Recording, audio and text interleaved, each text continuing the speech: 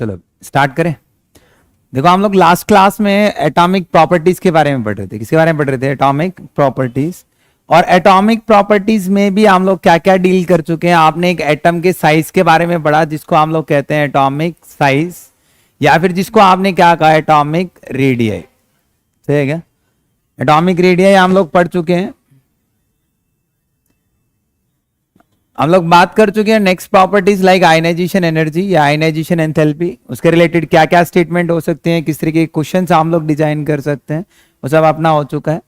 उसके बाद जो नेक्स्ट प्रॉपर्टी आपने पढ़ी इलेक्ट्रॉन एफिनिटी, या फिर इसी को आपने कहा था इलेक्ट्रॉन गेन एंथैल्पी, ये सारी प्रॉपर्टीज हम लोग पढ़ चुके हैं। एक अपने पास लास्ट टॉपिक है, लास्ट प्रॉपर्टी है, हेडिंग डालो जो आज हम लोग को डील करनी है, इलेक्ट्रोनेगेटिविटी। तो अपने पास नेक्स्ट एटॉमिक प्रॉपर्टी है इलेक्ट्रोनेगेटिविटी, तो हेडिंग डालो इलेक्ट्रो नेगेटिविटी। और इलेक्ट्रोनेगेटिविटी को हम लोग कह रहे हैं क्या? ईएन। किससे रिप्रेजेंट कर रहे हैं बेटा? ईएन। देखो क्या होती है एक बार समझते हैं, राइट। तो मैं आपको कह रहा हूं कि आपके पास दो एटम, कितने एटम है भाई? दो एटम। और दो एटम मैं मान लेता हूं कि दोनों सेम टाइप है, ए एटम। दोनों के बीच में एक बॉन्डिंग है जिस बॉन्ड को हम लोग कहते हैं कोवलेंट बॉन्ड। क्या कहते हैं? मतलब यहाँ पे म्यूचुअल शेयरिंग ऑफ इलेक्ट्रॉन्स है। और म्यूचुअल कितने शेयर्ड इलेक्ट्रॉन्स अपने पास? दो। एक इलेक्ट्रॉन इस ए एटम का, एक इलेक्ट्रॉन इस ए एटम का। क्लियर है क्या? एक मैं आपको कहता हूं कि अपने पास एक बॉन्ड है दो different atom A and B का। किसका बेटा? और इनके पास भी दो शेयर्ड इलेक्ट्रॉन्स, ऐसे मैंने दो शेयर्ड इलेक्ट्रॉन काउंट कर लिए। कोई प्रॉब्लम यहां तक? अब मैं आपसे पूछता हूं क्या ये शेयर्ड पेयर ऑफ इलेक्ट्रॉन्स, किनकी बात कर रहा हूं? शेयर्ड पेयर ऑफ इलेक्ट्रॉन क्या इस ए की तरफ भागेंगे या इस ए की तरफ भागेंगे? किसी ना किसी चीज पे तो डिपेंड करेगा। दोनों एक जैसे हैं, ये भी सेम है, ये भी सेम है, तो इनकी खींचने की पावर क्या रहेगी? सेम।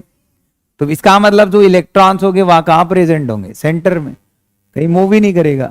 बट यहां मैं आपको कहूं कि आपके पास जो बी एटम है उसकी इलेक्ट्रोनेगेटिविटी ए से ज्यादा है।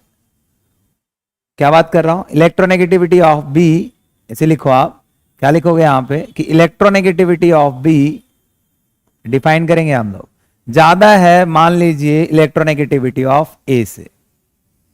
बी की इलेक्ट्रोनेगेटिविटी किससे ज्यादा है बेटा? ए से। तो क्या होगा? ये जो शेयर्ड पेयर ऑफ इलेक्ट्रॉन्स हैं वो किसकी तरफ भागने स्टार्ट कर देंगे बेटा? बी की तरफ। किसकी तरफ भागने स्टार्ट करेंगे? बी की तरफ। और ये जो शेयर्ड पेयर ऑफ इलेक्ट्रॉन्स को अपनी तरफ खींचने की पावर, क्या कहा मैंने? शेयर्ड पेयर ऑफ इलेक्ट्रॉन्स को अपनी तरफ खींचने की पावर को ही हम लोग क्या कह देते हैं? इलेक्ट्रोनेगेटिविटी। क्या कह देते हैं? इलेक्ट्रोनेगेटिविटी। ये आपके शेयर्ड इलेक्ट्रॉन्स हैं। क्या है? शेयर्ड इलेक्ट्रॉन्स या शेयर्ड पेयर इलेक्ट्रॉन्स, कैसे भी आप बोल सकते हो। क्लियर है क्या? मतलब किसी भी एटम की टेंडेंसी या ability to attract shared pair of electron toward itself is known as electronegativity. Clear है क्या? तो आप इसको डिफाइन करके लिख दो, ability of an atom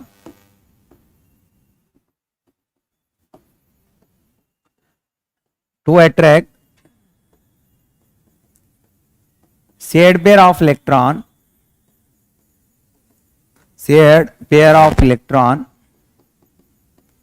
towards itself is called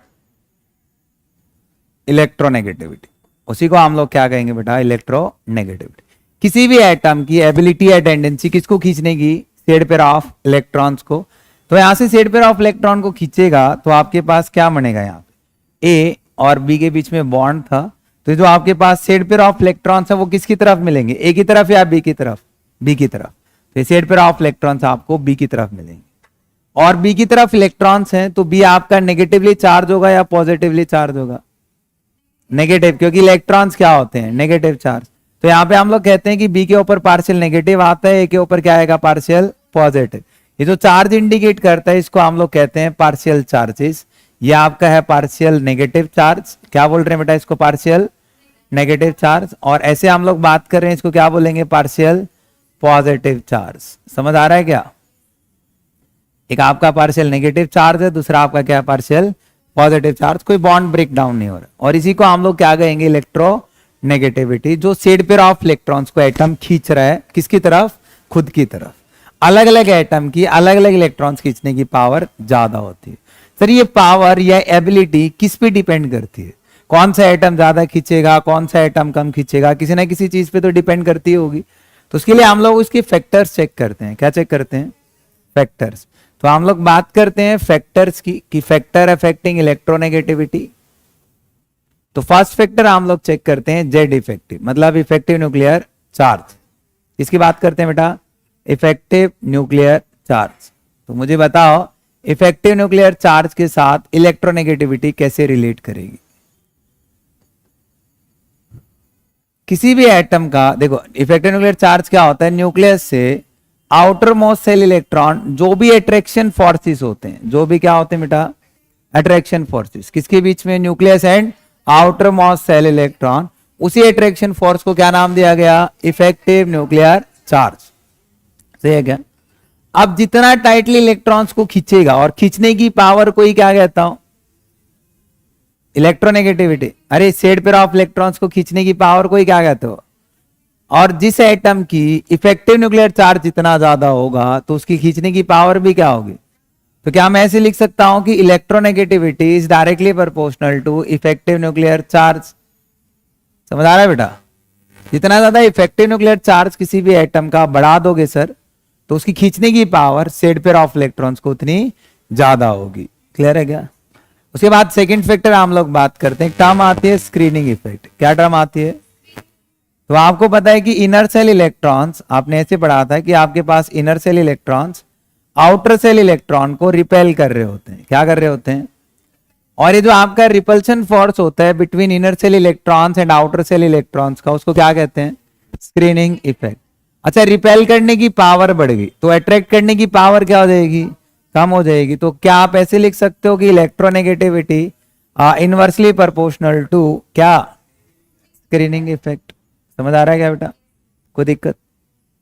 ऐसे ही एक फैक्टर और हम लोग लेते हैं, जैसे थर्ड हम लोग बात करें एटॉमिक साइज के साथ। किसके साथ बेटा?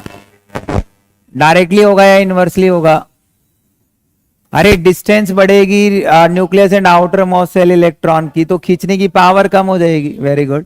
तो electronegativity inversely proportional to atomic size. Clear है क्या? ऐसे ही फोर्थ फैक्टर यदि आप चेक करो, एक फोर्थ फैक्टर मैं लेके चल रहा हूं, S% करेक्टर। ये इंपॉर्टेंट, ये बहुत बार हम लोग यूज करेंगे। किसकी बात कर रहे हैं? S% character. और S% कैरेक्टर हम लोग चेक करते हैं, ठीक है क्या? क्या चेक करते हैं बेटा? किसी भी एटम का S% कैरेक्टर जितना ज्यादा होगा, उसकी इलेक्ट्रॉन की खींचने की पावर उतनी ज्यादा होगी। कैसे? मैं आपको कहता हूं कि न्यूक्लियस है, न्यूक्लियस के बाहर ऐसे कुछ सेल्स होते हैं, सब सेल्स होती हैं। तो सबसे पास होती है वो S, फिर क्या होता है P, फिर क्या होता है D, फिर क्या होता है F। अब S की परसेंटेज बढ़ा दूंगा, क्योंकि S न्यूक्लियस के पास लाई करता है। भाई S किसके पास लाई करता है? न्यूक्लियस के।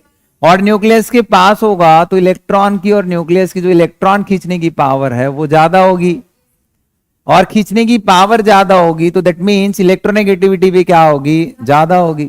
समझ आ रहा है मैं क्या बोल रहा हूं? अरे क्लियरिटी है? तो यदि मैं आपसे कहूं कि आपके पास, जैसे आप नेक्स्ट चैप्टर में पढ़ोगे हाइब्रिडाइजेशन, तो वहां पे कुछ हाइब्रिड ऑर्बिटल होते हैं, जैसे कि sp दे रखा हो, sp2 दे रखा हो, sp3 दे रखा हो। पहली बात तो आप यहाँ पे एक चीज लिख सकते हो, क्या? देखो इस चीज को हम लोग नेक्स्ट स्लाइड पे लेके चल रहे हैं। S% करेक्टर हम लोग डील कर रहे थे, और मैं आपको कहता हूं कि जो इलेक्ट्रोनेगेटिविटी है वो डायरेक्टली प्रोपोर्शनल होती है S% करेक्टर के। किसके डायरेक्टली प्रोपोर्शनल होती है बेटा? S% character. S% करेक्टर जितना ज्यादा होगा, इलेक्ट्रोनेगेटिविटी क्या होगी? उतनी ज्यादा होगी। तो आपके पास कुछ हाइब्रिड ऑर्बिटल्स हैं। क्लियर है क्या? क्या लेके चल रहा हूं? और मैंने लिए हाइब्रिड ऑर्बिटल क्या क्या? एक आपके पास sp हाइब्रिडाइज है, एक आपका sp2 हाइब्रिडाइज है, और एक आपका sp3 हाइब्रिडाइज है। क्लियर है क्या? यहां से हम लोग इनका S% करेक्टर निकाल रहे हैं। क्या निकाल रहे हैं बेटा? यहां पे कितने एटॉमिक ऑर्बिटल्स हैं? 2। One is S, another one is P. दो में से कितनों का निकालना है? एक का। तो 1/2 इंटू कितना आएगा? 100। तो कितना बचा अपने पास? 50%। तो यहाँ पे S% करेक्टर कितना है बेटा? 50%। यहां बात करो कितने है टोटल? 3। कितने बेटा? 3। 3 में से कितनों का निकालना है? एक का। तो 1/3 इंटू 100, तो यह आ जाएगा आपका 33.33%। सही है क्या? यहां काउंट करो कितने अपने पास, चार, चार में से किसका निकालना है, एक का, तो क्या रखेंगे 1/4 इंटू 100, सही है क्या? तो ये कितना आ जाएगा आपके पास 25%, कितना आएगा 25%। क्लियरिटी है? अब देखो यहां पे हम लोग चेक करते हैं, जितना ज्यादा S% करेक्टर होगा तो इलेक्ट्रोनेगेटिविटी उतनी ज्यादा होगी। तो इलेक्ट्रोनेगेटिविटी का ऑर्डर क्या आना चाहिए, sp, फिर क्या आएगा sp2, फिर क्या आएगा sp3। इसको हम लोग बार बार यूज करेंगे, आगे भी हम लोग एक बार इसको देखेंगे क्या होता है कैसे होता है। क्लियर है क्या? कोई प्रॉब्लम भाई? उसके बाद नेक्स्ट यदि हम लोग बात करें, जैसे ठीक है आपको फैक्टर पता है, इफेक्टिव न्यूक्लियर चार्ज बढ़ा दो, स्क्रीनिंग इफेक्ट घटा दो, एटॉमिक साइज जितना कम होगा या फिर S% करेक्टर जितना ज्यादा होगा उसकी इलेक्ट्रोनेगेटिविटीज क्या होंगी, उतनी ज्यादा होंगी। क्लियर है मेरा? अब देखो यहाँ पे एक चीज और आप सोचो, यहाँ पे हम लोग बात करते हैं, यदि मैं इसकी ग्रेडेशन चेक करता हूं, ग्रेडेशन मतलब आप लेफ्ट टू राइट जाते हो इन द पीरियड, इन दी, कोई आपसे पूछे कि पीरियड में इलेक्ट्रोनेगेटिविटी बढ़ती है या घटती है, इन द पीरियड, पीरियड में क्या होता है, लेफ्ट टू राइट जाते हैं या नहीं जाते हैं? तो हम लोग लेफ्ट टू राइट मूव कर रहे होते हैं, और लेफ्ट टू राइट क्या होता है, इफेक्टिव न्यूक्लियर चार्ज बढ़ता है, सही है क्या? और इलेक्ट्रोनेगेटिविटी भी क्या होगी, बढ़ेगी। तो कोई आपसे पूछे कि आपके पास beryllium, boron, carbon, nitrogen, oxygen, fluorine, तो इलेक्ट्रोनेगेटिविटी का ऑर्डर क्या आएगा, fluorine, oxygen, nitrogen, carbon, boron, beryllium. तो हम लोग बात करते हैं जो फ्लोरीन है, क्या है, फ्लोरीन, तो मोस्ट इलेक्ट्रोनेगेटिव एटम होता है in the, most electronegative atom in the periodic table. समझ आया कुछ? पूरी पीरियोडिक टेबल में सबसे ज्यादा इलेक्ट्रोनेगेटिविटी किसकी होती है, फ्लोरीन की। किसकी होती है बेटा, फ्लोरीन की। कोई प्रॉब्लम?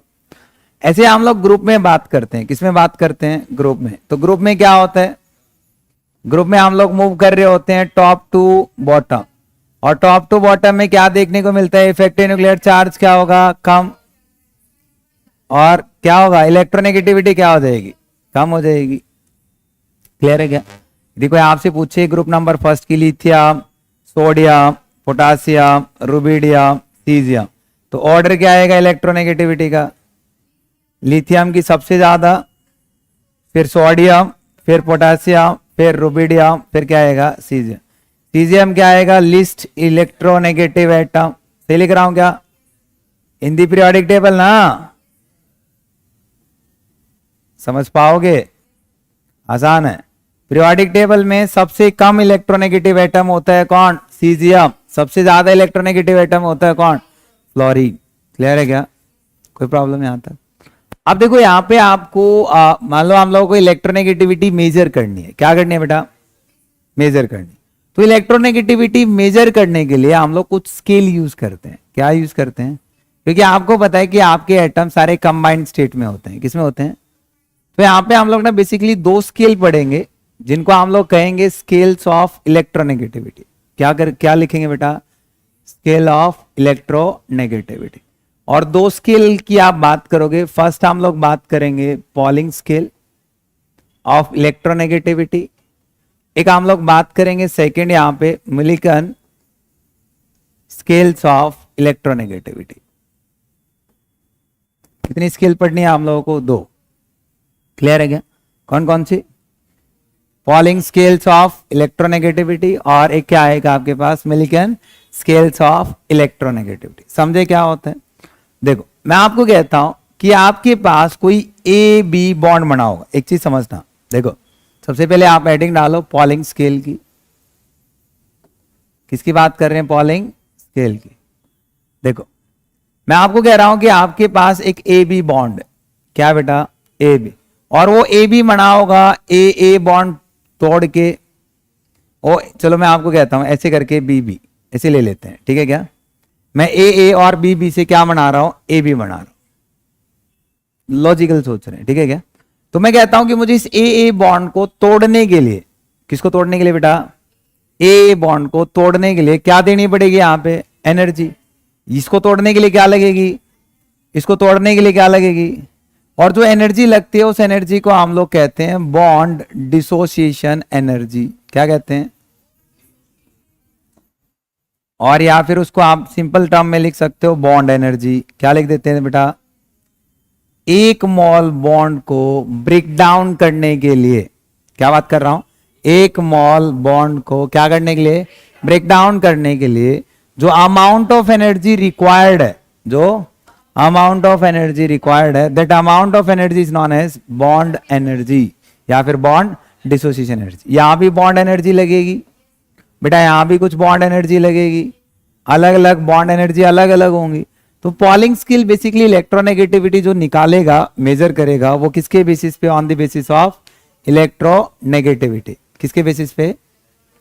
चलो मैं आपसे कहता हूं कि यहां पे इसी चीज को हम लोग निकालते हैं, मुझे इसकी इलेक्ट्रोनेगेटिविटी निकालनी, ए या बी की। सही हो सकता है ना, according to Pauling scale, according to Pauling scale. तो यहाँ पे इसकी जो बॉन्ड एनर्जी है उसको मैं मान लेता हूं ई, एक एनर्जी है किसकी? ए बॉन्ड की। That means bond dissociation energy of A bond. इसको लिखता हूं, इसको कैसे लिखूंगा? Bond dissociation energy of B bond. इसको लिखूंगा तो क्या आएगा? Bond dissociation energy of A B bond. Clear है क्या? एक टर्म आती है एक्सेस बॉन्ड एनर्जी। क्या टर्म आती है? जिसको मैं डेल्टा से लिख रहा हूं। डेल्टा क्या लिख रहा हूं यहां पे? एक्सेस बॉन्ड एनर्जी या एक्सेस बॉन्ड डिसोसिएशन एनर्जी। सही है क्या? तो ये जो आपके पास डेल्टा आएगा, डेल्टा इक्वल टू, वो मुझे निकालना है। क्या निकालना है? डेल्टा मुझे निकालना। तो जो आपके पास ये ए बी आएगा, जो डिफरेंट एटम का, क्योंकि इलेक्ट्रोनेगेटिव तो इसी में मेजर होगी, तो कहता है कि bond dissociation energy of A B bond, कौन सा बॉन्ड बेटा?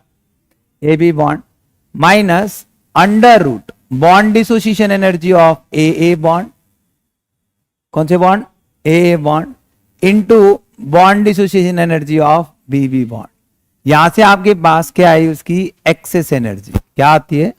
एक्सेस। कितनी एक्सेस बॉन्ड एनर्जी वो रखता है? ये ए जो हम लोग बात कर रहे हैं। क्लियर है क्या? किसके बराबर आया? ई ए। मतलब ये क्या आपके पास बॉन्ड, क्या लिखोगे इसको? यहां लिख दो बॉन्ड एनर्जी किसकी बेटा? Of A B bond. सही समझ आ रहा है क्या? यहां पे क्या बोलोगे? बॉन्ड एनर्जी या फिर बॉन्ड डिसोसिएशन एनर्जी ऑफ, यहां पे bond dissociation energy of A B bond. Delta clear है?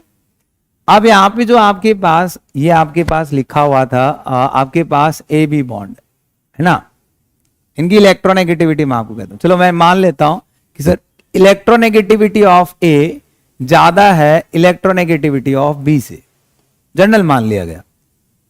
सही है क्या? इलेक्ट्रोनेगेटिविटी ऑफ ए किससे ज्यादा है? इलेक्ट्रोनेगेटिविटी ऑफ बी से। तो जो ए एटम की इलेक्ट्रोनेगेटिविटी होगी, इसको जाई लिखा जाता है। ऐसे क्या बोला जाता है? जाई। तो इलेक्ट्रोनेगेटिविटी ऑफ ए, इसको बोल रहा है क्या? ये क्या है कि आपकी electronegativity of B, higher minus lower. अरे वही तो डिफरेंस आएगा। तो यहां पे हम लोग बात करें जो इलेक्ट्रोनेगेटिविटी आएगी एक्स ए या जाई ए माइनस जाई बी। सही है क्या? जो इलेक्ट्रोनेगेटिविटी डिफरेंस निकाल रहे हैं ना दोनों का, क्या निकाल रहा हूं? Electronegativity difference. ये इलेक्ट्रोनेगेटिविटी है, तो ये क्या है यहां पे? Electronegativity of A atom.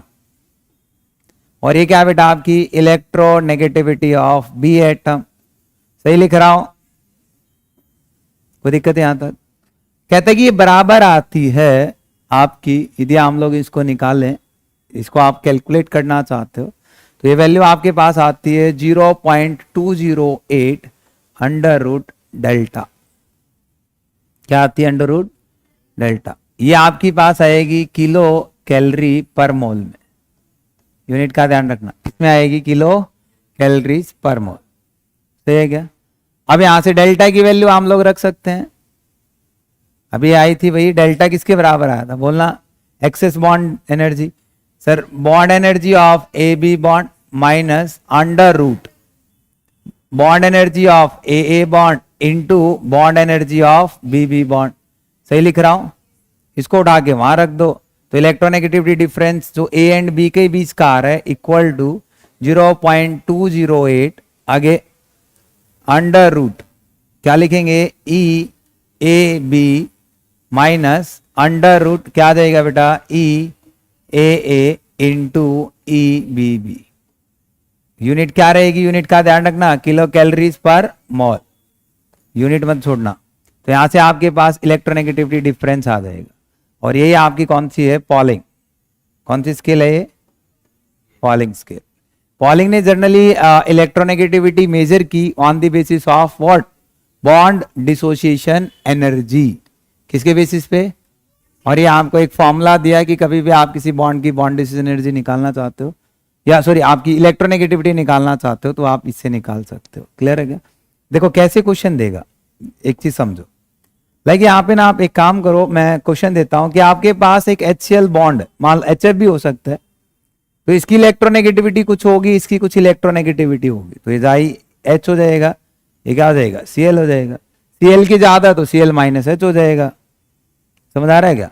फिर आपको कहेगा कि bond dissociation energy of HH bond, कुछ भी दे दे, मान लो X दे दी। आपको कहेगा bond dissociation energy of Cl bond equal to मान लो Y दे दी, and bond dissociation energy of HCl आपको दे दी, मान लो Z दे दी। और आपको कहेगा what is the electronegativity difference of HCl bond. समझ आ रहा है क्या, मतलब ऐसे हम लोग इसको रख सकते हैं कि Cl minus bond dissociation energy of H equal to किसके बराबर आएगी, फॉर्मूला आपके सामने है। बॉन्ड डिसोसिएशन एनर्जी दे रखी है सबकी, अरे सारे बॉन्ड्स की बॉन्ड डिसोसिएशन एनर्जी दे रखी है, वैल्यू डालनी है तो आपके पास इलेक्ट्रोनेगेटिविटी डिफरेंस आ जाएगा। क्लियर है क्या, अकॉर्डिंग टू कौन सी स्केल, पॉलिंग स्केल। क्लियर है क्या, हाइपोथेटिकल डाटा कुछ भी बना सकता है। ऐसे आपके पास एक स्केल आई किसकी, मुलिकन की, बट उससे पहले इसने ना कुछ डाटा दिया। जैसे हम लोग बात कर रहे हैं कि आपके पास जैसे beryllium, boron, carbon, nitrogen, oxygen, fluorine, तो फ्लोरीन की इलेक्ट्रोनेगेटिविटी स्केल से आती है 4। वो हाइड्रोजन को एज ए रिफरेंस एटम मान रहा है, हाइड्रोजन के साथ अटैच करके बात कर रहा है। सही है क्या, किसके साथ, हाइड्रोजन के साथ। तो इसकी जो इलेक्ट्रोनेगेटिविटी है 3.5, इसकी कितनी होती है 3, इसकी क्या होती है 2.5, इसकी क्या होती है 2, और इसकी क्या होती है 1.5। सही है क्या, मतलब 0.5 घटाते चलो। क्लियर है क्या, ये आपके पास क्या आ जाएगा, इलेक्ट्रोनेगेटिविटी।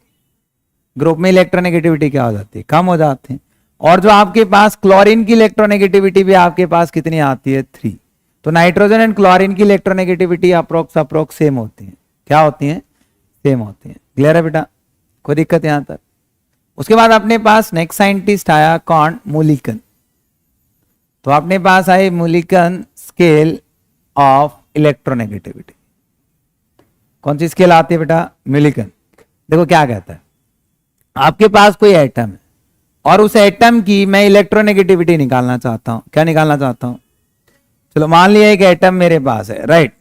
तो मैं कहता हूं इस एटम से इलेक्ट्रॉन निकालने के लिए एक एनर्जी लेगी, जिसको मैं कहता हूं, इस एटम में इलेक्ट्रॉन डालने के लिए एक एनर्जी निकली, जिसको मैं कहता हूं। तो कहता है कि इलेक्ट्रोनेगेटिविटी इसी एटम की आपको निकालनी है। मान लो इलेक्ट्रोनेगेटिविटी इसी एटम की मुझे निकालनी है। आपको क्या पता हो उसकी आयनाइजेशन एनर्जी, आपको क्या पता हो उसकी इलेक्ट्रॉन एफिनिटी, और कहता है कि इसकी इलेक्ट्रोनेगेटिविटी निकालो। क्या निकालो, इलेक्ट्रोनेगेटिविटी। तो कहते हैं कि इलेक्ट्रोनेगेटिविटी जो आएगी, क्या आएगी बेटा, इलेक्ट्रोनेगेटिविटी। वो कहता है कि आप इन दोनों का ना एवरेज ले लो, वही आपकी क्या आएगी, electronegativity according to Mulliken scale. आसान है, क्लियर है क्या। ये आपकी कुछ क्या दे रखी है, स्केल, 2 स्केल हम लोगों को डील करनी है। वैसे तो इसकी एप्लीकेशन भी है, बट अभी हम लोग उसको डील नहीं कर सकते। वो हम लोग बात करेंगे केमिकल बॉन्डिंग में। किसमें, क्योंकि एसिडिक नेचर, ऑक्साइड, कौन सी ऑक्साइड मोर एसिडिक है, कौन सी कम एसिडिक है, वो सारा हम लोग इलेक्ट्रोनेगेटिविटी से रिलेट करते हैं। अभी हम लोग बात कर रहे हैं बेसिक कॉन्सेप्ट्स की। ना मैं ऑक्साइड्स की बात कर रहा, ना मैं ऑक्सीसिड्स की बात कर रहा, ना मैं कोई हाइड्राइड्स की बात कर रहा। क्लियर है अभी। अभी हमने सिर्फ कॉन्सेप्ट्स को डील किया है, और वो कॉन्सेप्ट आपके सामने है।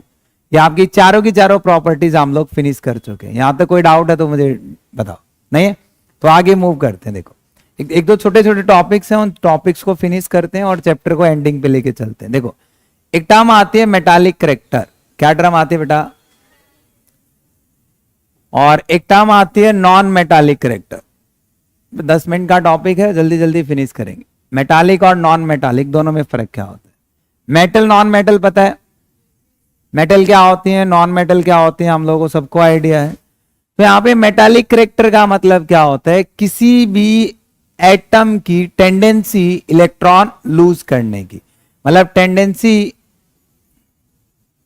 टू लूज इलेक्ट्रॉन, जो जितना जल्दी इलेक्ट्रॉन्स को लूज कर देगा उतना अच्छा क्या होगा? मेटल होगा। सही है क्या? जैसे एग्जांपल यदि मैं आपसे पूछूं, आपके पास lithium, sodium, potassium, rubidium, caesium, सबसे जल्दी इलेक्ट्रॉन कौन सा दे देगा? जिसकी आयनेशन एनर्जी कम होगी या जिसकी इफेक्टिव न्यूक्लियर चार्ज कम होगा? सबसे जल्दी इलेक्ट्रॉन कौन सा दे देगा? सीजियम। क्यों? क्योंकि इसका इफेक्टिव न्यूक्लियर चार्ज क्या होता है? कम होता है। तो इसका मतलब क्या, मैं ऐसे लिख सकता हूं कि metallic character inversely proportional to effective nuclear charge. तो इसका इफेक्टिव न्यूक्लियर चार्ज कम है तो हाईली मेटालिक है। इसलिए हम लोग सीजियम को फोटो इलेक्ट्रिक इफेक्ट में यूज करते हैं, फोटोवोल्टेनिक सेल में हम लोग इनको यूज करते हैं। क्यों? क्योंकि इसकी मेटालिक करेक्टर क्या होती है? सबसे ज्यादा होती है और इलेक्ट्रॉन देने की पावर अच्छी खासी होती है। क्लियर है भाई? ऐसे हम लोग नॉन मेटालिक की बात करते हैं। किसकी बात करते हैं? तो यहां पे उल्टा कर दो, क्या? Tendency to gain of electron, tendency to क्या होगा? Gain of electron, tendency to क्या होगा? Gain of electron. क्लियर है भाई? जो जितना जल्दी इलेक्ट्रॉन्स को गेन कर देगा उतना अच्छा क्या होगा? Non metal. सही है क्या? अब मुझे एक चीज बताओ, इलेक्ट्रॉन लेना है तो खींचने की पावर अच्छी खासी होनी चाहिए। तो मैं आपसे कहता हूं कि non metallic character is directly proportional to effective nuclear charge. Non metallic character is directly proportional to effective nuclear charge. जितना ज्यादा इफेक्टिव न्यूक्लियर चार्ज होगा, नॉन मेटालिक करेक्टर क्या होगा? उतना ज्यादा होगा। क्लियर है अभी? तो मैं आपसे कहूं कि एक आपके पास नाइट्रोजन है, एक आपके पास ऑक्सीजन है, एक आपके पास फ्लोरीन है। नॉन मेटालिक करेक्टर सबसे ज्यादा किसका होगा? फ्लोरीन। समझ आ रहा है क्या? हो जाएगा? तो ऐसे हम लोग मेटल्स एंड नॉन मेटल्स को अरेंज कर लेते हैं on their non metallic character and metallic character. बहुत आसान है, बस सिंपल सा क्वेश्चन पूछ लेता है। क्लियर है? बाकी एक दो चीज है वो हम लोग ग्रुप वाइज स्टडी करते चलेंगे और उनको फिनिश करते चलेंगे। तो ये अपना टोटल चैप्टर था, periodic classification of elements, modern periodic table, theoretical background और उसकी प्रॉपर्टीज, और उन प्रॉपर्टीज से हम लोग क्या क्या सीख चुके हैं वो सारी चीजें। क्लियर है? हम लोग नेक्स्ट क्लास में स्टार्ट करेंगे अपना next chapter, chemical bonding. Interesting है, फिनिश करेंगे। क्लियर है? तो आज के लिए इतना ही, बाकी नेक्स्ट क्लास।